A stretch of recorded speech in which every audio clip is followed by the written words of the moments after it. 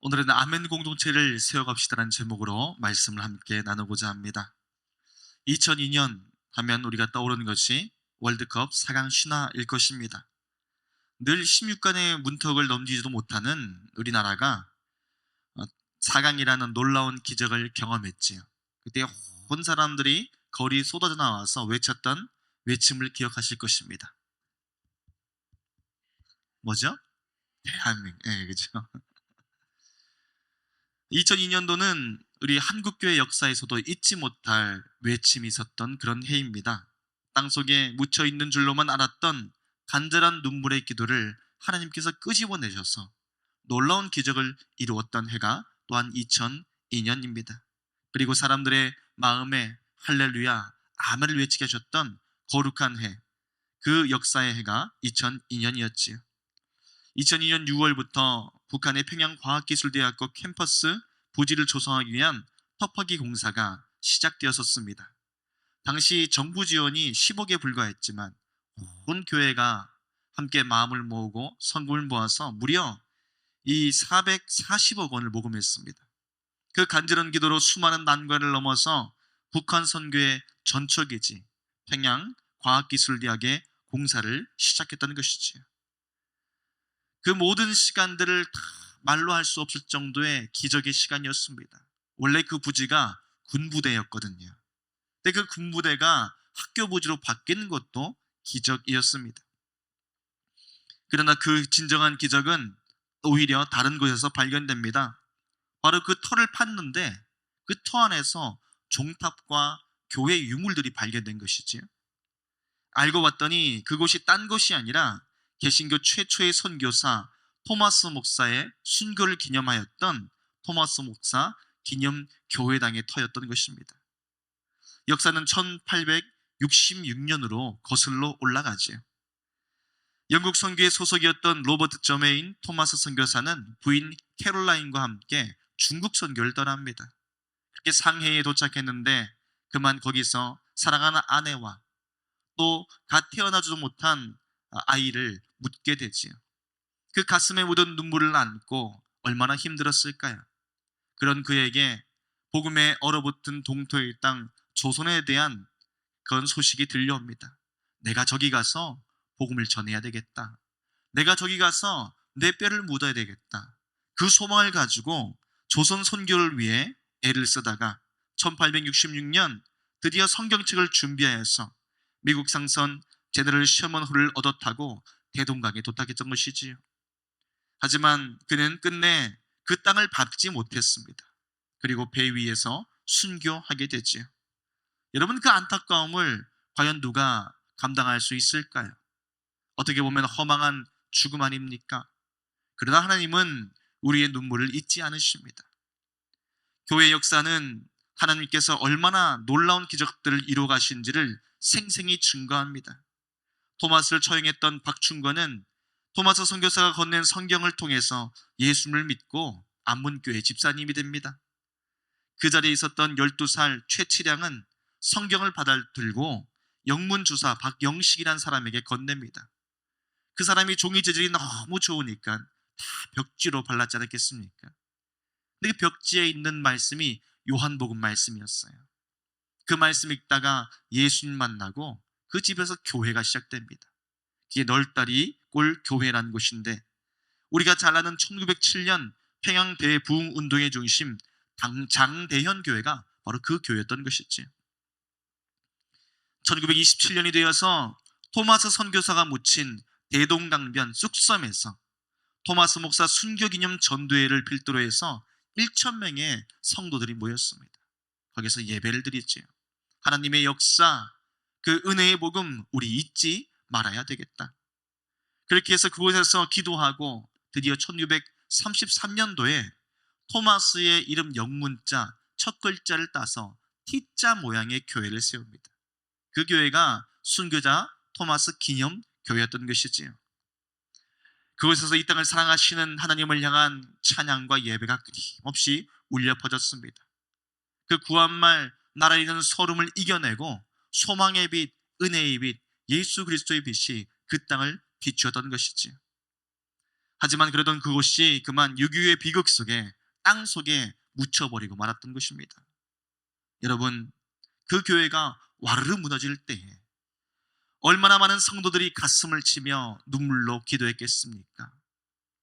비록 사람들의 기억 속에는 그 교회의 터도, 그 교회의 역사도 잊혀져 버렸지만 2002년도 하나님의 기적의 그 자리에서 평양과학기술대학교가 세워지는 그 장소에서 묻혀지고 잊혀졌던 교회의 역사가 다시금 살아나게 된 것이지요.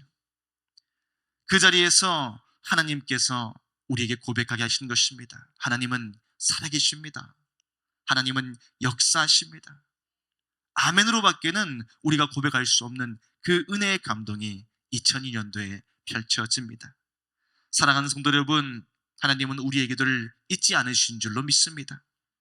우리가 눈물로 흘렸던 그 눈물의 간구, 이 땅에 쏟았던 그 거룩한 찬양의 외침들을 세상은 잊을지라도, 세상은 묻어버리려 할지라도 하나님은 결코 잊지 않으시며 끄집어내고 또 끄집어내신 것이지요. 하나님께서 왜 그렇게 끄집어내실까요? 주님은 우리 마음속에 묻혀있는 믿음을 끄집어내시기 원하신 것입니다. 우리의 굳어있는 가슴 속에 잠들어 있는 믿음의 고백들이 살아나기를 원하신 것입니다. 그 고백이 살아날 때에 우리의 삶이 회복될 줄로 믿습니다. 그 믿음의 고백이 살아나야 우리가 다시금 살아날 줄로 믿습니다. 오늘 하나님은 우리의 믿음을 살리십니다. 하나님은 우리의 심령을 살리십니다. 그러니 오늘 굳어있는 마음속에서 믿음의 고백 아멘을 끄집어내는 온 성도님 되시기를 축복합니다. 성벽 재건을 마치고 새로운 리더들을 임명한 후에 이스라엘 백성들 전체가 수문 앞에 있는 넓은 공터 광장에 모입니다. 거기에서 신년 집회가 열린 것이지요. 이제 우리도 얼마 있으면 송구영신 예배를 하고 신년 예배 드리지 않겠습니까? 유대 종교에서 7월 달은 민간으로 치면 1월 달입니다. 7월 초하루에 신년 첫날에 모였다는 얘기입니다. 그 첫날 동쪽 성벽에 있는 문인 수문 앞의 광장에 모든 백성들이 모이지요. 거기에서 학사 에스라의 인도로 성경 말씀 읽고 그 말씀 가르치며 예배하는 신년 집회가 열렸다는 것입니다. 그때 예배한 이들의 모습이 우리의 눈길을 사로잡는 것이지요. 한 사람도 하나님의 말씀을 허투루 듣지 않았다, 그렇게 증거합니다. 그래서 2절 말씀은 이렇게 증거하고 있지요. 우리 같이 한번 읽겠습니다. 7째 달 초하루에 제사장 에스라가 율법책을 가지고 회중 앞, 곧 남자나 여자나 알아들을 만한 모든 사람 앞에 이르러. 아멘. 참 여기에 보면 재미있는 표현이 등장합니다. 알아들을 만한 모든 사람, 귀 있는 사람은 다 모였다는 얘기입니다. 그 사람들이 모여서 주의 말씀 앞에 서 있는 자리, 그 은혜의 집회가 열리고 있는 것이지요. 말씀을 읽으려고 펼칠 때부터 사람들의 마음속에 있는 그 예배의 사모함, 거룩함, 간절함이 막 드러나기 시작합니다. 모두가 자리에 일어섰다고 하지요. 그리고 성경을 읽기 전에 에스라가 하나님을 찬양하자 사람들의 입술에서 외치는 거룩한 외침이 울려 퍼집니다. 아멘, 아멘. 그리고 그 말씀이 선포된 자리에 모두가 경배하고 무릎을 꿇었다 말합니다. 오늘 읽은 말씀의 5절과 6절 말씀이지요. 우리 다시 한번 읽어볼까요? 5절과 6절입니다. 에스라가 모든 백성 위에 서서 그들 목전에 책을 펴니 책을 펼 때에 모든 백성이 일어서니라. 에스라가 위대하신 하나님 여호와를 송축하매 모든 백성이 손을 들고 아멘 아멘 하고 응답하고 몸을 굽혀 얼굴을 땅에 대고 여호와께 경배하니라. 아멘. 여러분, 이 예배의 모습이 상상이 되십니까? 단지 아멘으로 경배만 한 것이 아닙니다. 설교를 듣고 마음의 성의에 감동을 받습니다. 여기저기 사람들이 훌쩍훌쩍이며 울기 시작하지. 어떤 사람은 회개의 은혜를 받고 가슴을 치며 통곡하기 시작합니다. 얼마나 사람들이 많이 울었는지, 얼마나 사람들이 그 울음을 멈출 수 없었는지 오늘 말씀에는 온 회중에게 이제 제발 그만 좀 울어라. 그런 얘기를 합니다. 그게 읽었던 말씀이지요. 백성이 율법의 말씀을 듣고 다 우는지라 총독 느헤미야와 제사장 겸 학사 에스라와 백성을 가르치는 레위 사람들이 모든 백성에게 이르기를 오늘은 너희 하나님 여호와의 성일이니 슬퍼하지 말며 울지 말라 하고 느헤미야가 또 그들에게 이르기를 너희는 가서 살찐 것을 먹고 단 것을 마시되 준비하지 못한 자에게는 나누어 주라. 이날은 우리 주의 성일이니 근심하지 말라. 여호와로 인하여 기뻐하는 것이 너희의 힘이니라. 아멘. 이 은혜의 예배가 신년 초부터 펼쳐졌더라, 그 말씀입니다. 이것이 살아있는 예배인 줄로 믿습니다. 이것이 우리가 회복해야 될 예배인 줄로 믿습니다. 온 성도가 믿음으로 나와서 말씀을 사모하는 그 뜨거움을 회복해야 됩니다. 모두가 수동적인 그리스도인이 아니고 적극적인 예배자가 되어야 됩니다. 말씀 하나에 사명을 걸고 말씀 하나에 생명을 거는 그 살아있는 영성의 회복의 자리, 하나님은 그 예배로 우리를 초청하시는 줄로 믿습니다. 우리는 얼마나 수동적인 예배를 드리는지 모릅니다. 거룩한 경외감으로 예배를 준비하는 그런 사람들보다 요즘은 예배를 구경하는 사람들이 점점 늘어나는 것 같습니다. 가끔은 제가 설교 준비하다가 그런 생각이 들어요. 마치 야구장에 타석에 들어서는 야구 선수 같은 그런 마음이 듭니다. 사람들의 관심이 쏟아지지요. 어떻게든 안타라도 쳐야 될 텐데, 홈런은 못 치더라도 뭐라도 해야 될 텐데, 그런 마음으로 두근반 세근반 떨며 서 있는 야구 선수처럼 이 자리에 서서 말씀을 준비하고 선포하고 있는 것이지요. 간절한 기도가 절로 나오지 않겠습니까? 함께 동역하는 예배의 동역자인데 어느새 마치 야구장의 청중들처럼 보이기 시작한 겁니다.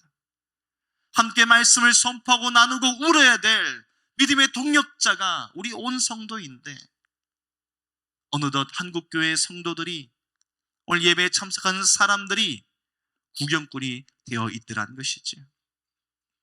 그렇기 때문에 하나님은 우리의 믿음을 회복시키고자 하신 것입니다. 우리 안에 잠들어 있는 그 아멘의 영성이 회복되기를 축복합니다. 우리의 예배는 어떻습니까? 주님을 정말 사모함으로 이 한 주간 은혜의 예배를 기다리셨다면 여러분은 복된 사람입니다. 하지만 주님을 사모하는 마음이 없습니까? 가슴을 쳐야 됩니다. 말씀을 향한 갈망이 없습니까? 오늘 이스라엘 백성들처럼 주님 앞에 서는 거룩한 떨림이 회복될 수 있도록 주님 앞에 신음이라도 외쳐야 됩니다. 그 거룩한 열정을 회복하는 것, 그것이 하나님의 축복이요 은혜인 것이지요. 그래서 오늘 말씀에는 하나님께서 아멘 공동체를 세우고 계신 것을 보여주고 계십니다. 6절 말씀 우리 다시 한번 다 같이 읽겠습니다. 6절입니다.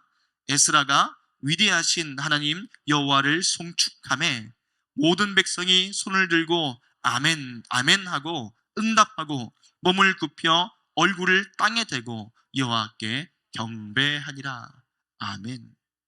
히브리어 아멘은 정말로 그렇습니다. 내가 내 마음을 다해 하나님의 말씀을 인정하고 받아들입니다. 주의 뜻이 내 마음에 이루어지기를 내가 간절히 소망합니다. 이 모든 것이 압축되어 있는 믿음의 선언입니다. 그래서 우리가 교회에서 사용하는 특별한 단어가 있지요. 할렐루야, 하나님을 찬양하라, 그리고 아멘인 것입니다. 이 아멘은 번역해서 쓰지 않습니다. 단순히 이 아멘을 번역하면 영어로는 truly, so be it 이런 뜻을 갖고 있습니다. 우리나라 말로 하자면 also, 동감이요 이런 뜻이겠죠. 근데 그런 말로는 이 믿음의 고백을 다 표현할 수 없기 때문에 우리가 히브리어 원문 그대로, 성경에 적혀 있는 그대로 아멘이라는 고백을 통해서 우리의 믿음을 쏟고 마음을 쏟고 영성을 쏟아내는 것이지요. 아멘은 무엇입니까? 아멘은 얼씨구 같은 추임새가 아닙니다. 아멘은 제가 설교를 할 때에 혹은 설교자가 말씀을 선포할 때에 뭔가 리액션 받고자 하는 그런 외침이 아닙니다. 그것은 하나님 앞에서 믿음으로 살겠다는 결단의 외침입니다. 성벽 재건의 사건 시간을 통해서 이스라엘 백성들이 본 것은 하나님의 임재 아닙니까? 이전에는 신앙과 삶을 연결시키지 않았다는 것입니다. 폐허로 방치된 성벽의 모습 속에서 추측해 볼 수 있는 것처럼 매일매일 날마다 힘든 삶을 버텨내는 것도 버거운 나머지 그냥 신앙생활을 놔버렸다는 것입니다. 믿음을 놔버렸다는 것이지요. 그러나 성벽 재건의 과정 속에서 하나님의 은혜가 회복되기 시작합니다. 하나하나 쌓아가는 벽돌 속에 말씀이 쌓여나가기 시작했다는 것입니다. 믿음이 쌓이기 시작했다는 것입니다. 그 속에서 하나님의 역사를 함께 보고 이제 새해가 되어 온 성도가 주님 앞에 예배함으로 모였다는 것이지요. 그리고 그 자리에서 살아계신 말씀에 대한 경외감이 생겨납니다.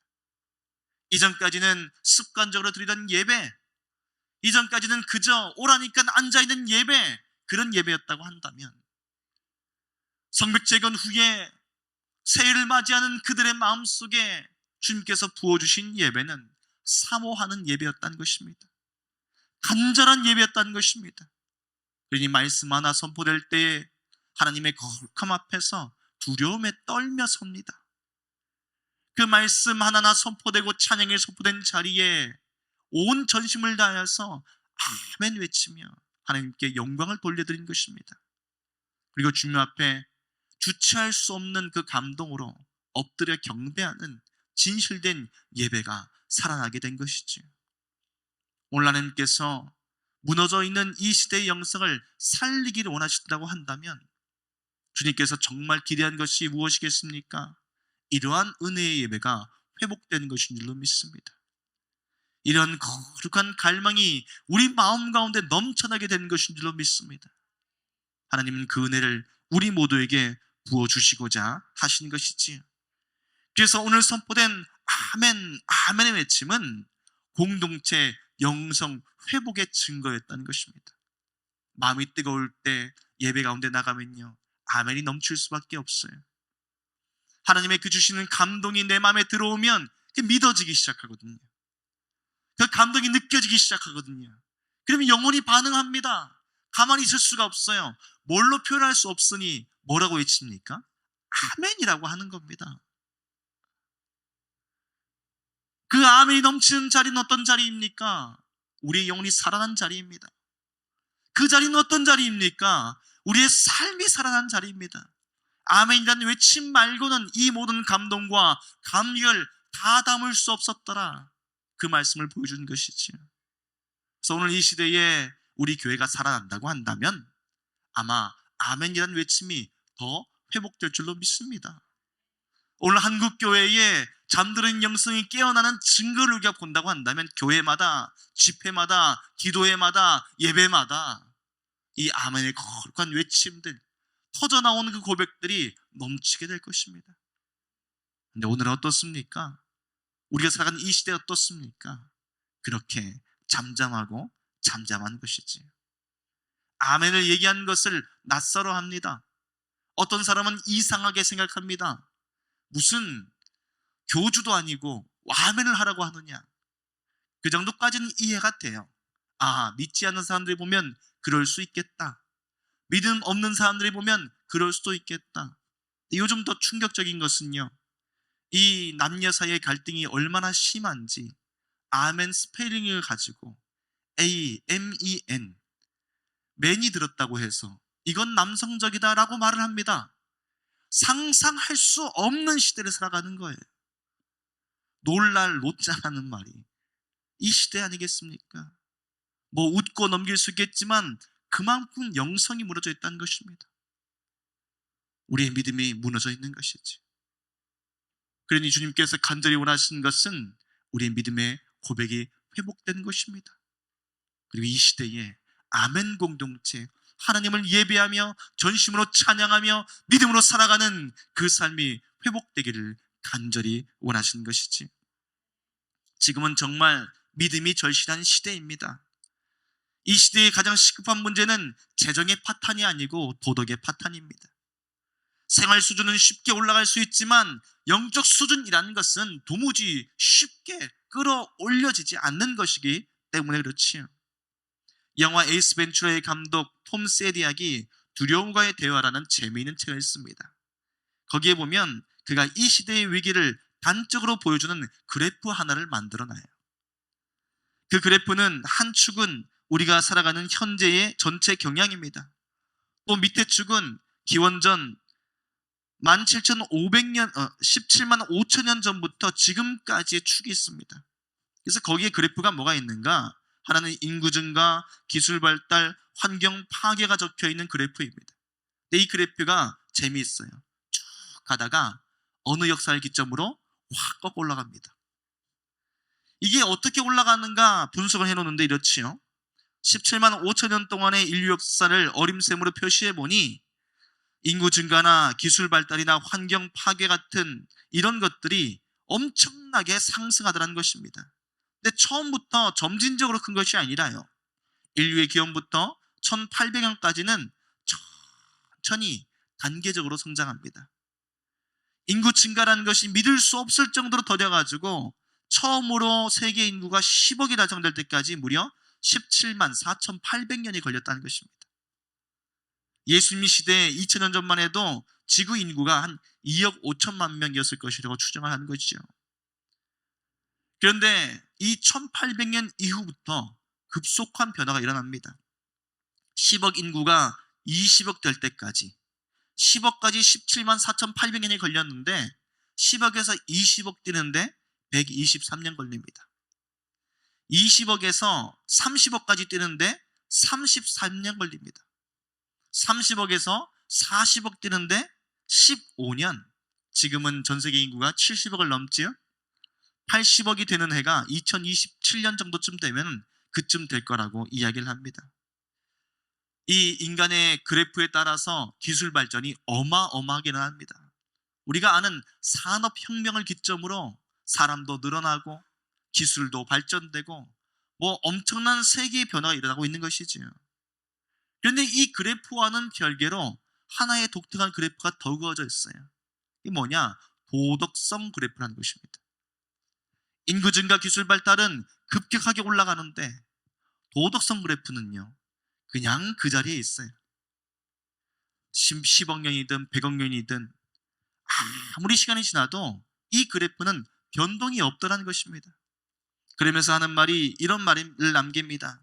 기술이 발달하고 인구가 증가한 만큼 도덕과 윤리가 성숙하지 못하고 있는 것이 우리 시대의 가장 큰 문제다. 우리가 잘 사는 것은 쉽습니다. 돈을 버는 것은 쉽습니다.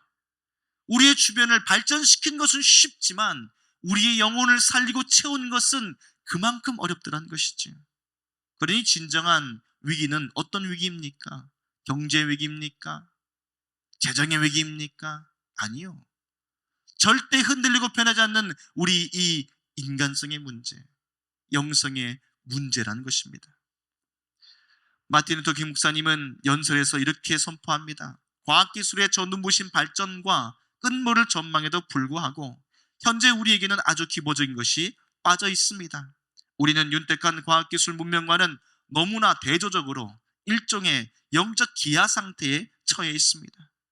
물질적으로 부유해질수록 도덕적 영적 기아 상태에 처해 있다는 것입니다. 우리는 새처럼 하늘을 날고 물고기처럼 바다를 헤엄치는 법을 배웠지만 서로의 형제로서 함께 살아가는 법을 배우지는 못했습니다. 물질적으로 커진 힘은 영혼의 성장이 그만큼 뒤따르지 않을 경우 위험할 수밖에 없습니다. 오늘 이 시대에도 우리가 똑같은 삶을 경험하고 있지 않습니까? 집이 좋아지고 넓어지고 많은 것들을 배우고 많은 것들을 누리고 살아가지만 우리는 여전히 영적 기근 상태에 처해져 있습니다. 그래서 오늘 하나님께서는 무너진 성벽을 살리는 그 자리에 말씀을 선포하십니다. 그 말씀이 사람들의 마음을 만지고 회복시키고 죽어있는 심령이 살아나게 만들어 주신 것이지요. 그 감동의 자리에서 외친 외침이 바로 아멘이라는 믿음의 선포였다는 것입니다. 사랑하는 성도 여러분, 주님은 우리 마음속에서 아멘을 끄집어내기 바라십니다. 굳어있는 우리의 마음속에 그 묻어있는 그 심연에 깊어있는 그 고통 속에 잠겨있는 믿음이 다시 회복되기를 축복합니다. 주님 앞에 믿음으로 다시 일어서기를 축복합니다. 주님은 예배 가운데 우리를 살리실 것입니다. 예수 십자가의 은혜를 가지고 죽어있는 우리의 심령을 살리실 것입니다. 그 믿음을 기대하며 오늘도 주님 앞에 아멘으로 살아가기를 결단하십시오. 내가 믿음으로 살겠습니다. 주님, 내가 주의 말씀으로 살겠습니다. 오늘 이 시대가 주님이 주시는 거룩한 말씀으로 회복되게 하여 주시옵소서. 이 거룩한 소망으로 주님께 예배하는 아멘의 은혜가 회복되는 지금 이 시간 되시기를 주님의 이름으로 간절히 축복합니다.